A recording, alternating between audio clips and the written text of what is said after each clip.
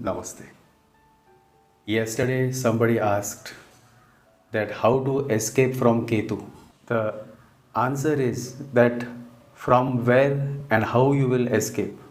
If you try to escape, then you may go to mountains, you may go to Himalayas, but wheresoever you go, the mind is always with you.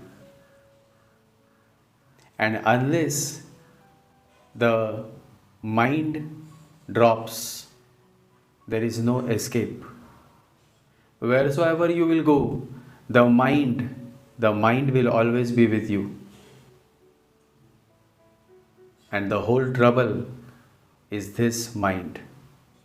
And the solution is to overcome this mind and not to try to escape.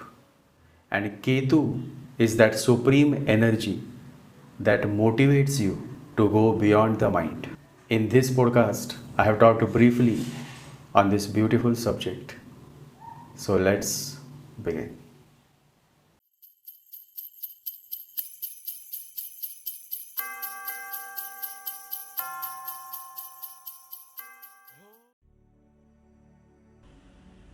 There was a man, and he too was fed up with his life. The nagging wife, the irritating, arrogant children, the miserable office life, the unending politics that continued to block him every day. He was getting suffocated. Life was becoming painful and miserable. And so, one dark night, when everybody was asleep, he left his house forever. Forever he left all his people, his wife, his children, his father, his mother. He left them all and he boarded a train to the Himalayan region. After 2 days, he reached the Himalayan mountains. He decided to live in a small village located at the footsteps of the Himalayan mountains. He dropped all his clothes and became a monk. He found a small place near a huge banyan tree and started living his life. But the life of a monk is not easy. There were rats, and the rats started eating his clothes one by one, and he would see big holes in his underwear. He had just 2 underwear, and now the trouble was how to fix the problem. The villagers noticed his problem. They said, "Why don't you keep a cat? The cat will take care of the rats. She will kill them and your clothes will be safe." The man agreed, and so a cat was provided. But now another problem arose. How to feed the cat? She needs some milk, and so the man started collecting some milk from the villagers. Every day in the cold morning hours, he would go door to door just to collect a bowl of milk. It was becoming difficult, and so the village chief came up with a solution. He said, "Why don't you keep a cow? She will give milk and you don't have to roam around the village. One of our wealthy villagers will donate a cow to you." And so a cow was donated. Now the man had a cat and a cow, and life was sailing smoothly, but somebody had to take care of the cow, cleaning the cow, giving her food, taking good care of her so that she continues to give a good amount of milk. Who was going to do all of this? After a few days, the man became tired. The villagers noticed his hardships. Somebody said, "He is so young and alone. We should do something." And so a very old woman came up to meet him. She said, "We see that you are a very young man. We know you are a monk, but even a monk needs some help.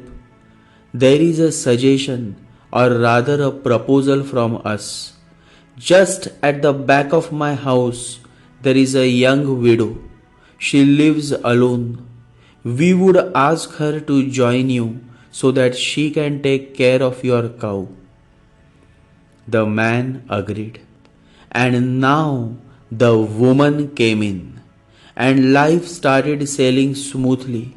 The cow was happy, the cat was happy, the man was happy, the woman was also happy, and the grass started growing.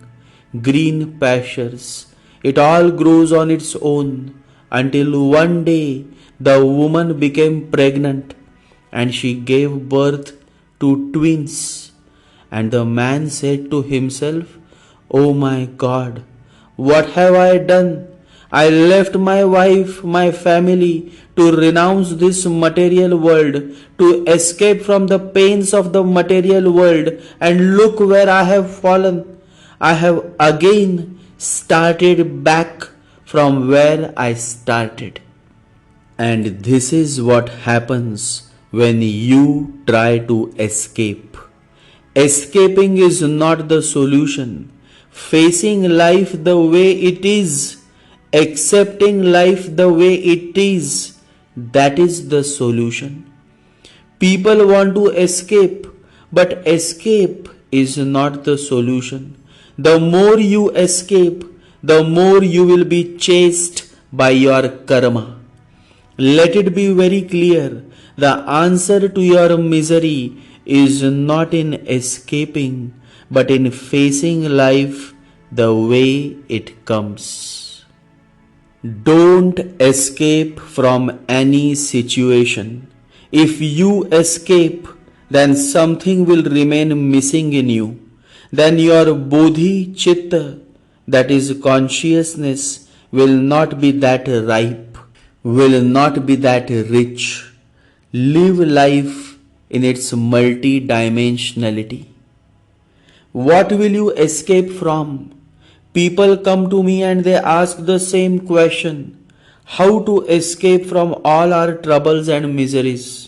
But the question is, what will you escape from? Sexual needs? You cannot escape from your sexual needs. They are deeply embossed in the DNA. Food? You cannot escape from your food, because without food you cannot survive. Anger? You cannot escape from your anger, because anger is not behind you, anger is within you. Material world? You cannot escape from your material world. Your wife, husband, children, friends, because of your attachments. Desires? You cannot escape from your desires, because it is you who are the source of your desires. Until you stop giving birth to desires, there is no escaping. Whatever you are trying to escape is within you. How are you going to escape? And that is how millions and millions of monks, sadhus, you will see with long beards roaming around the Himalayas, and yet they all are trapped in their desires. They look ascetic, but inside they are still not free from their sexual needs, anger, spiritual ambitions. You see, and that is how there are hundreds of sexual scams around these so-called celibates, monks or sadhus. Because just like your question, they too have found their answer in escaping. And escaping has made their life more miserable than otherwise. Repression is suicide. Expression is life. People escape, they become monks. In turn, they have repressed their sexuality. Understand this, and I appeal to all my close followers. Understand this, This is of great significance. Repressing sexuality, repressing desires, and you are sitting on an atom bomb. Someday you move a little bit and the bomb of immense suppressed desires explodes. And then you read the news of sexual scams, property scams, money scams, because the desires were always there. The sexual need was always there. The obsession towards money was always there. It is just that all these desires were suppressed and you had escaped by becoming a monk. But that never helps. It has never helped anybody. Instead, it has made your life more miserable than otherwise. Real Vairagya, that is renunciation or detachment, has to be from the very core of your inner being. You don't need a long beard. You don't need saffron clothing. You don't need all sorts of paintings on your face to show off that you are some kind of a monk or a sadhu. You can be in plain clothes, well shaven, modern, and yet you can be the real saint, the true meditative person who is focusing on overcoming the many desires within and not escaping, because a man of awareness is perfectly aware that escaping is not the solution. The solution is overcoming and not escaping. 24 hours you are fasting, and if you are always thinking of food, then what use it is? What is the value of your fasting? 24 hours you stay away from woman. You act as if you don't think of woman. You don't think about sex. And in reality, if every minute and every second you are thinking of woman, you are thinking of sex, you are thinking of pleasures, then what is the use? What is the value of your monkhood? And this is exactly what is happening, and it has been happening from the very beginning of time. Millions and millions of women, young girls, are made victim of the repressed sexual needs of these so-called monks and sadhus. Why does this happen? Because they all had the same question: how to escape from the challenges of the material world, and the answer they found was in growing long beards, applying thick tilaks on their forehead. Recently, a woman had asked a similar kind of question, and there are hundreds who come to me with the same question. They want to leave everything. They want to become a monk. They want to have peace. And the most idiotic thing is that they all think that by becoming a monk or by escaping, they all would find peace, happiness, and joy. Joy, peace, happiness, it is all within you. And if you cannot find it within you, then you will not find it anywhere. Let this be very clear. And I insist that there is no need to go anywhere. There is no need to go to the Himalayas. Find your peace, find your happiness within you, and then wherever you are, you become the Himalaya. That is the stage of a true yogi. He needs no long beards and no tilaks and no fancy dresses. Wherever he is, the Himalaya is. That is how Sai Baba is. That is how Bhagwan Raman Maharshi is. That is how the great Avatar Meher Baba is. They have not escaped. They have lived very much within us and realized God. They have not escaped. They have lived within us and realized their self. And that is the message of Sri Ketu to all evolved souls who are listening to this podcast. Let it be very clear, that is the message of Sri Ketu. There is no need to go to the Himalayas. There is no need to go anywhere. The very idea of going somewhere is basically wrong. Nothing is going anywhere. Existence is now and here. It is moving towards a particular destiny. There is no destiny. There is no ultimate purpose. But we have been taught for centuries that existence is moving towards a certain goal. And we have been also taught to live ambitiously, to prove that you are something, you are somebody, you have to reach somewhere. But existence is absolutely purposeless. Its significance is not that of the marketplace. It is a totally different kind of significance. The significance of a rose flower, the significance of a bird on the wing.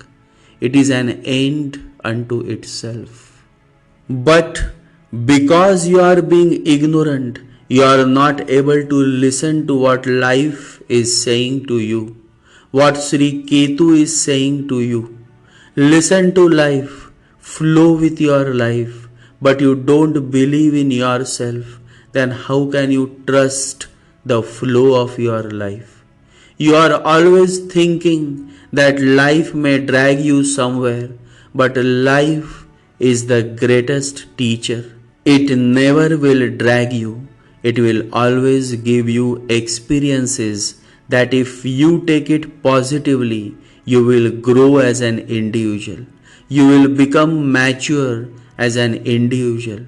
But you are turning a deaf ear to Ketu.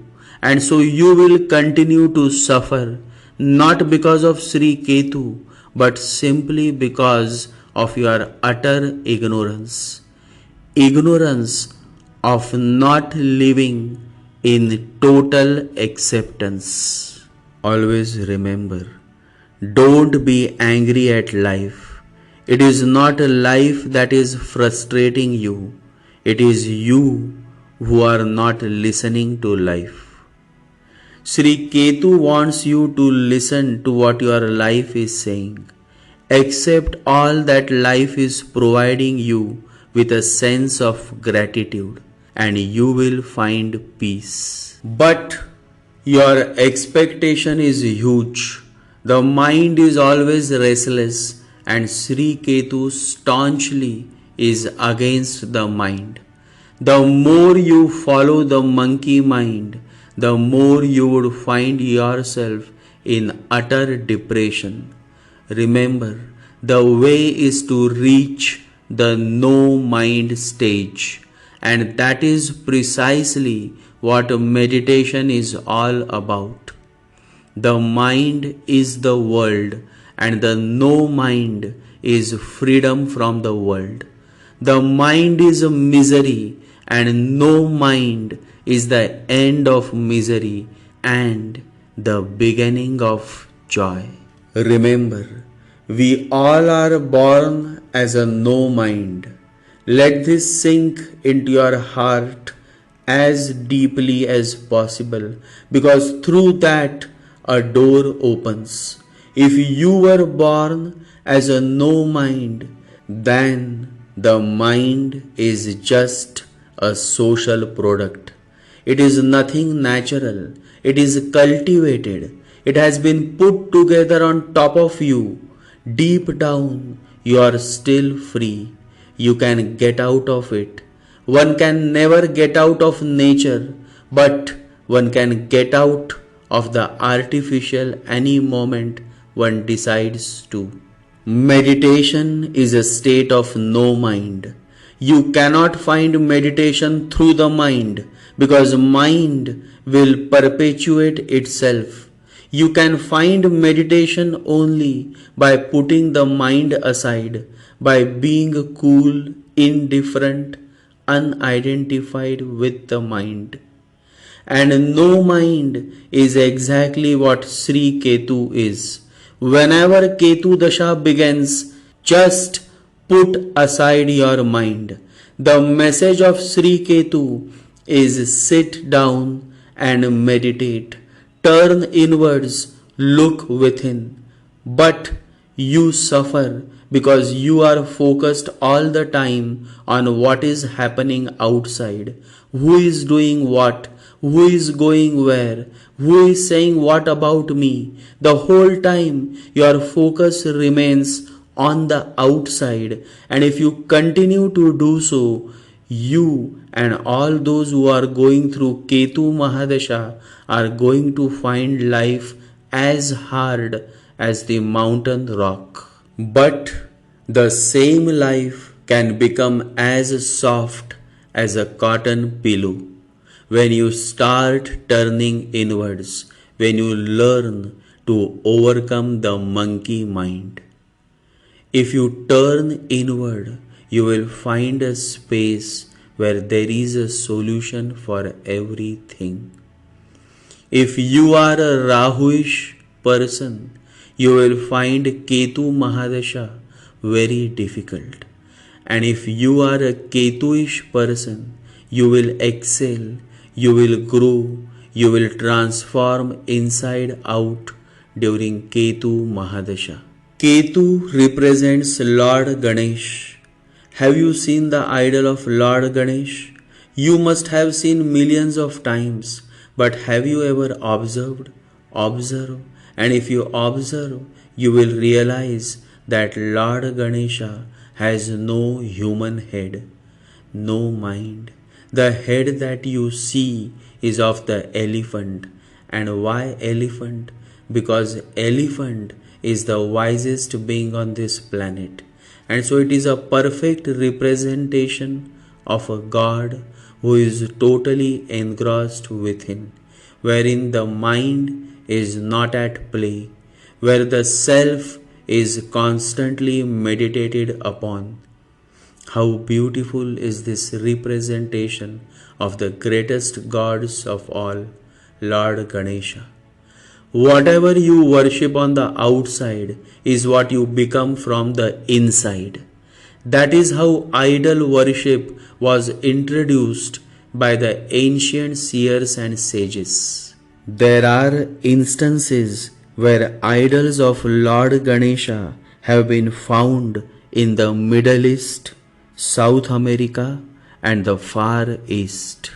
When you are running through Ketu Mahadasha, visit Lord Ganesha temple every Wednesday or Sunday. Worship Lord Ganesha. Eat non-spicy food. If possible, become more and more vegetarian. Do all that your life demands, your survival demands, but bring God to your life. Introduce God to your life and be more and more meditative. While you work, remain focused within. To be meditative is not to sit for a few minutes and then forget everything. To be meditative is to continue to work with your hands while you remain focused within. Once you turn in, meditation has started. Meditation means the capacity to be joyously alone. The capacity to be joyously alone. The capacity to be happy with yourself. To be with yourself is meditation. The joy of aloneness, not the misery of loneliness, is meditation. To be with yourself is to be in harmony with Sri Ketu. To be with yourself is to be in meditation while you perform your daily activities. Escaping is not the answer. A man who is not getting any success escapes and becomes a monk. A man who has never tasted sexual bliss runs away and becomes a monk. A man who is an utter failure escapes and finds comfort in becoming a monk. But all of this is short lived.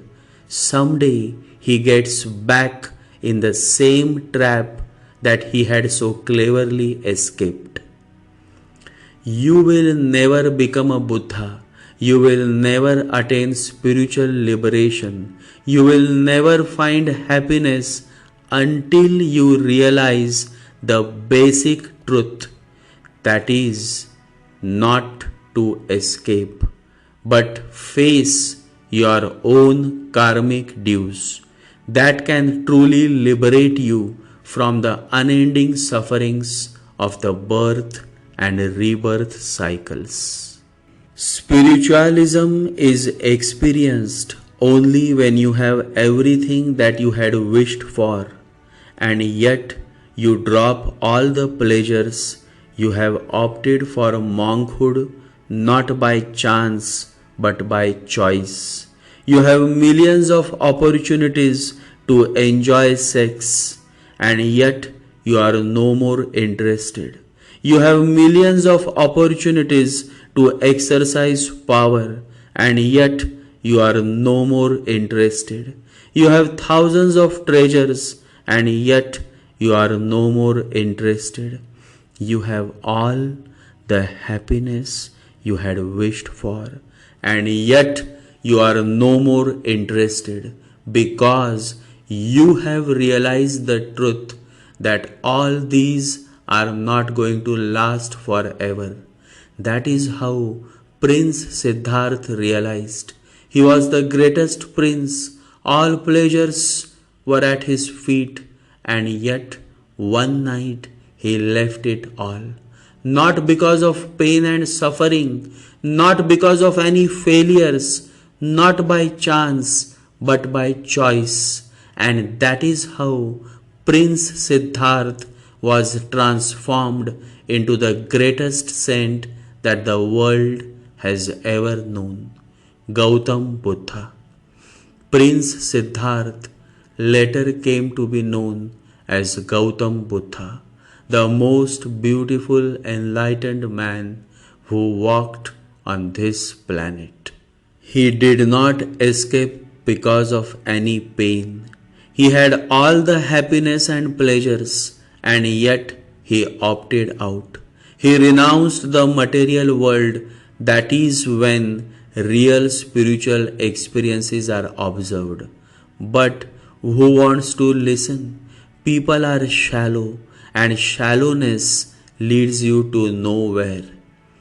Happiness is within you. The key to success is also within you. The key is your quality of understanding. The greater the quality, the greater is the understanding. And it is only understanding that can help you sail smoothly through the many difficult times of human life. Let understanding be your only law. Understand the depth of life, and you will be able to do so only when you overcome your mind. For the mind is shallow, but your heart has the depth, and meditation is simply a journey from the mind to the heart, from the shallowness to the depth of your inner being. Ketu loves all those beautiful souls who are turning inwards, who are taking the efforts to look within, to introspect, to self-realize. And so the answer to your question is in two simple words: turn inwards, meditate. It is going to be difficult. It is difficult for a Rahuish person to turn inwards, but it is not impossible. So try to control your mind, work towards overcoming your mind, and then there is no need to escape, to go anywhere. You simply would find your answers at the same place where it all had begun. Look within, meditate. That's the message of Ketu, the enlightened Lord. To meditate is to have no thoughts. When there are thoughts, it is a distraction. When there are no thoughts, it is meditation, says Bhagwan Raman Maharshi. When all thoughts cease, there is nowhere to go. You simply are at home. This at homeness is meditation. Suffering is of the mind, but because you become the mind, you suffer. Remember, the nature of the mind is to wander. You are not the mind. Pain is physical, suffering is mental. Beyond the mind, there is no suffering. Pain is essential for the survival of the body, but none compels you to suffer. Suffering is due entirely to clinging or resisting. It is a sign of our unwillingness to move on, to flow with life. Ketu is all about being detached. Ketu Dasha is a signal that become more and more detached. But how will you become detached? You are so much attached to everything that is in your life. Your wife, your husband, your house, your family. And it is this attachment that brings miseries. Buddha says the root of suffering is attachment. People who are very much attached, who have the typical nature of Rahu, that is to go on clinging, suffer at the hands of Ketu. Not because of Ketu, but because of their nature of clinging. It is ignorance that pulls you towards attachment, and it is consciousness that moves you towards detachment. Buddha says you only lose what you cling to, and then comes the pain, the suffering. It is all of the mind. It is all at the mental state, and it all happens because of clinging, because of attachments. Ketu wants you to become more and more detached, for real love blossoms only through detachment. Love is not attachment. Love knows no attachment, and that which knows attachment is not love.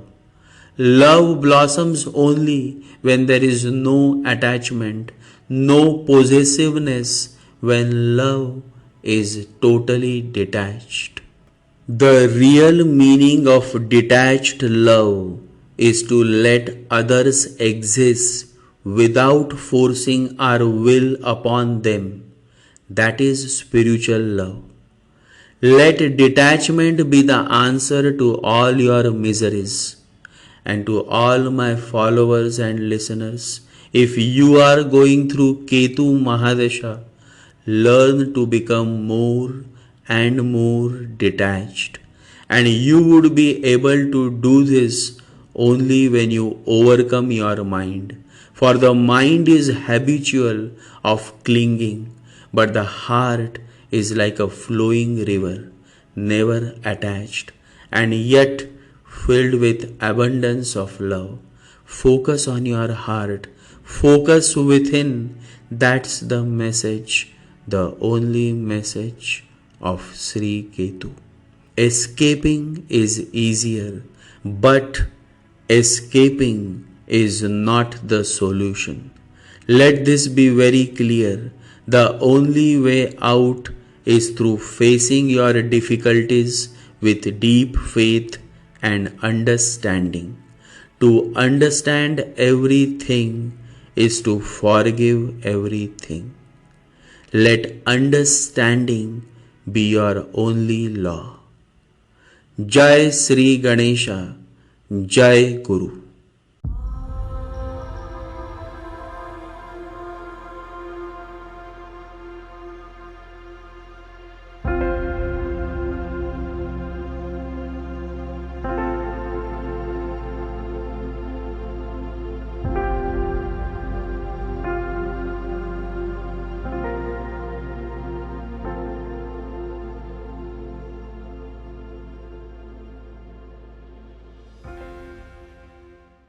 Om Gam Ganapataye Namaha.